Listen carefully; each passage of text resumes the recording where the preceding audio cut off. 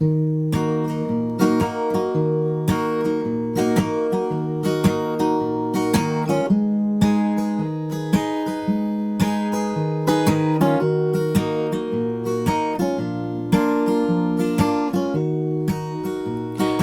don't go to church on Sunday, don't get down on my knees to pray, don't memorize the books of the Bible.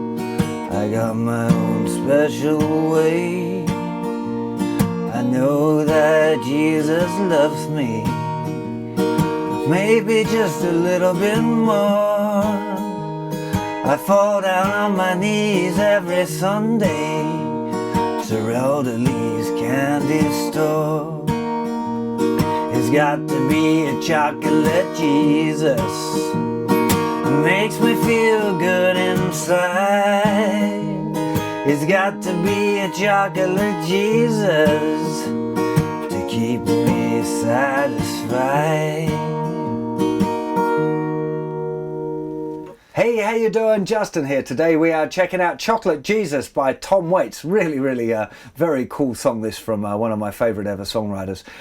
It's a really good one for learning your A minor and your D minor if you're on the stage 2 of my beginner's course there, but it's a fantastic song anyway. We're going to be looking at a nice simple kind of beginner strumming, but I'm also going to go through this kind of method of picking out the bass note with your thumb as well, which is a little bit more sounds a bit more like the original recording, even though the original recording is kind of banjo and an upright bass. And if you do want to play along with the original recording, you need to put your capo or capo on at the 6th fret, okay? You need to be doing that. If you're not playing along with the original recording, you could take the capo off and play it open, or try somewhere in between and see what key fits for your voice. You know, that's the best thing about capos, is being able to move it to fit your voice.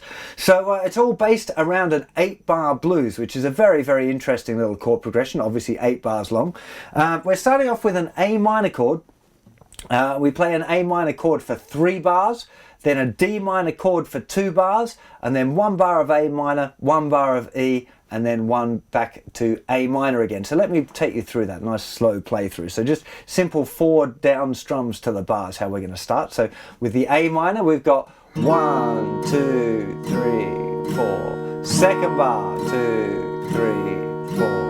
Third bar, 2, 3, 4, and then to D minor, 2, 3, 4. A second bar of D minor, and then back to A minor for a bar, 2, 3, 4. Then E major, that is, for a bar, and then back to A minor for a bar.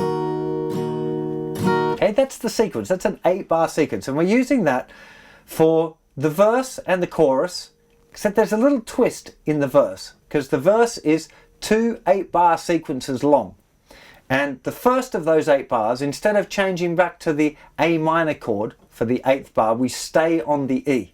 Okay, it's the only difference there. It's very simple. Let me have a little play through the verse and the chorus. You'll hear the chord sequence is the same all the way through, but I'll point out for you on that little point where we stay on the E chord for an extra bar there. So starting off on the A minor.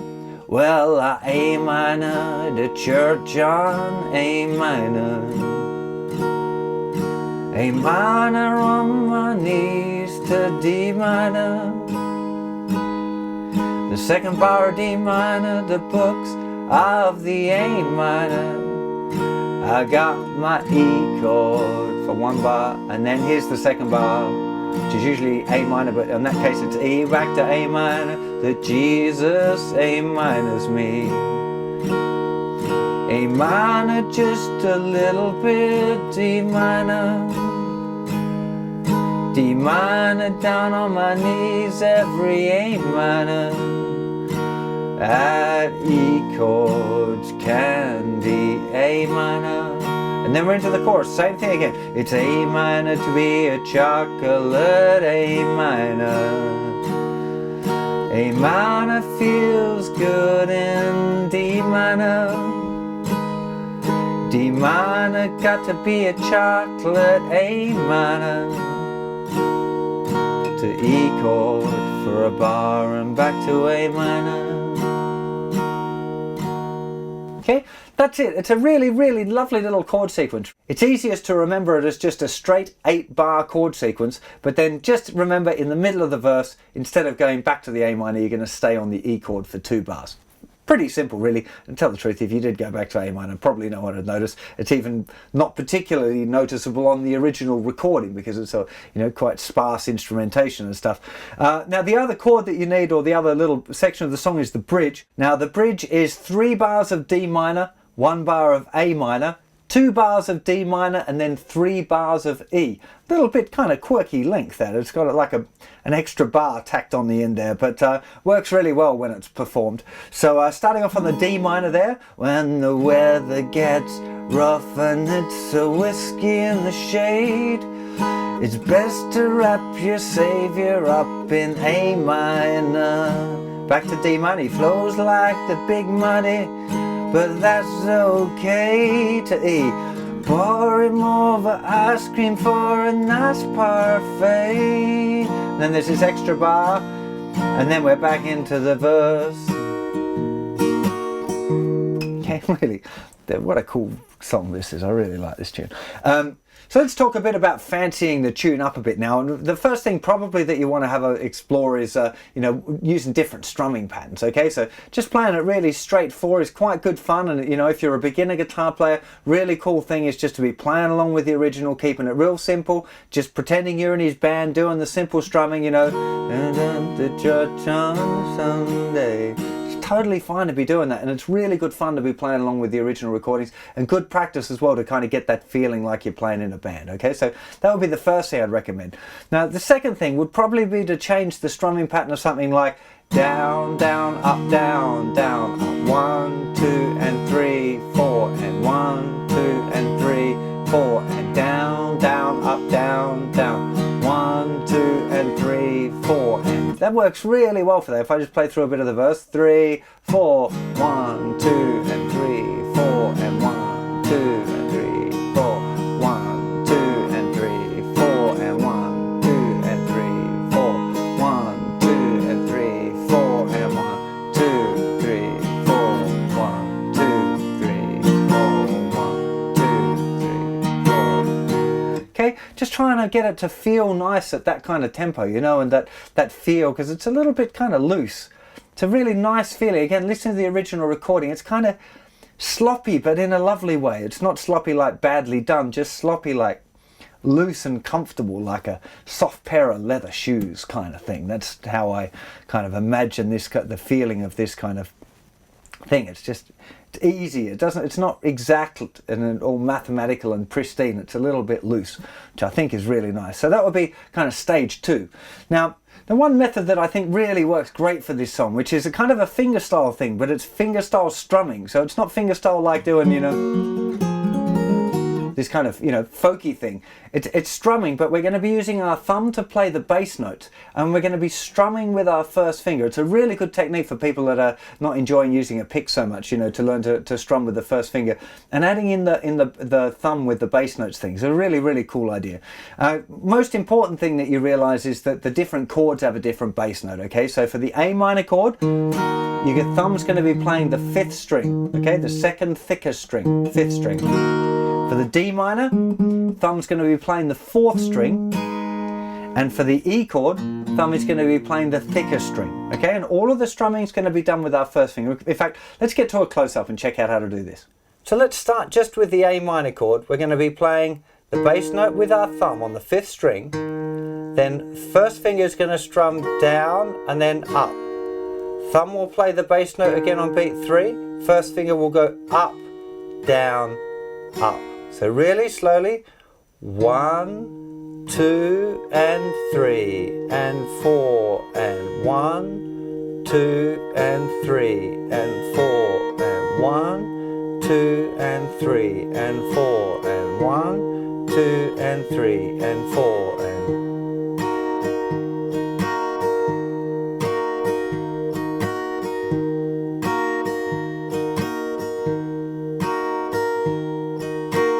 1, 2 and 3 and 4 and 1, 2 and 3 and 4 and 1, 2. Now I'm just noticing as well, I'm actually putting the heel of my hand down as I'm going for the strum, which is stopping the bass note. 1, so that's what's happening.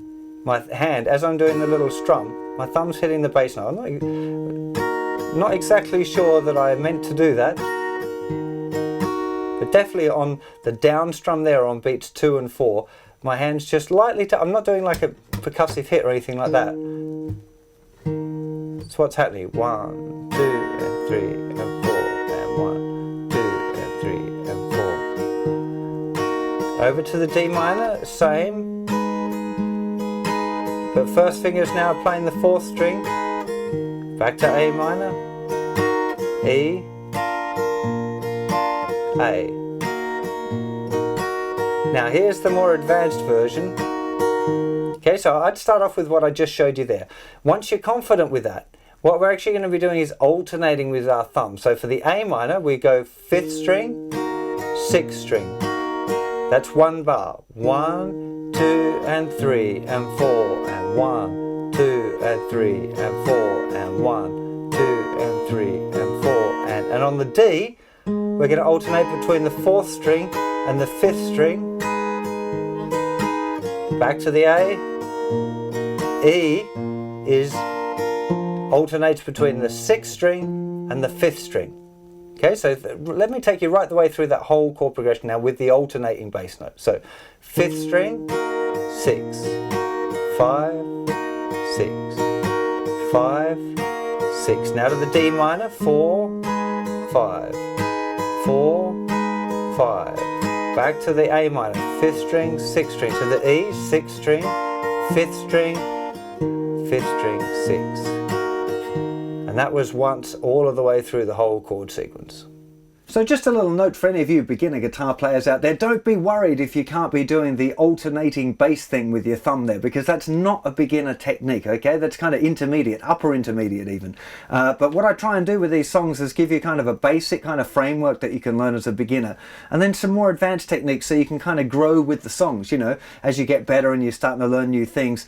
You don't want to have to always be learning new material, you want to be making the old material better, you know, because you've already got that framework. So as you get into doing, you know, alternating bass or fingerstyle or this kind of finger strumming stuff, you've already got a song that you can use to practice that technique rather than having to learn a new song and a new technique at the same time. I think that's a really good way forward for most of you guys. So keep a record of kind of what songs that are that you're learning and maybe things that you might like to try applying to them in the future. But don't be in a hurry. You're much better off learning to do simple things really well and then adding on more advanced stuff rather than, you know, spending too much time on things that are too hard and starting to get frustrated. That said, you know, there's nothing wrong with having a bit of a go. If you really like the sound of it, or you're a big Tom Waits fan, you really like the sound of this song with the alternating bass thing, by all means have a go. It's not going to hurt, but just don't feel upset if you don't get it right away, because, you know, it's not really a beginner's kind of a technique. So I hope you have a lot of fun playing this song. I think it's a really, really lovely one, and I'll see you for plenty more songs and lessons very soon. Please subscribe if you like what I do, and you take care of yourselves. Bye bye.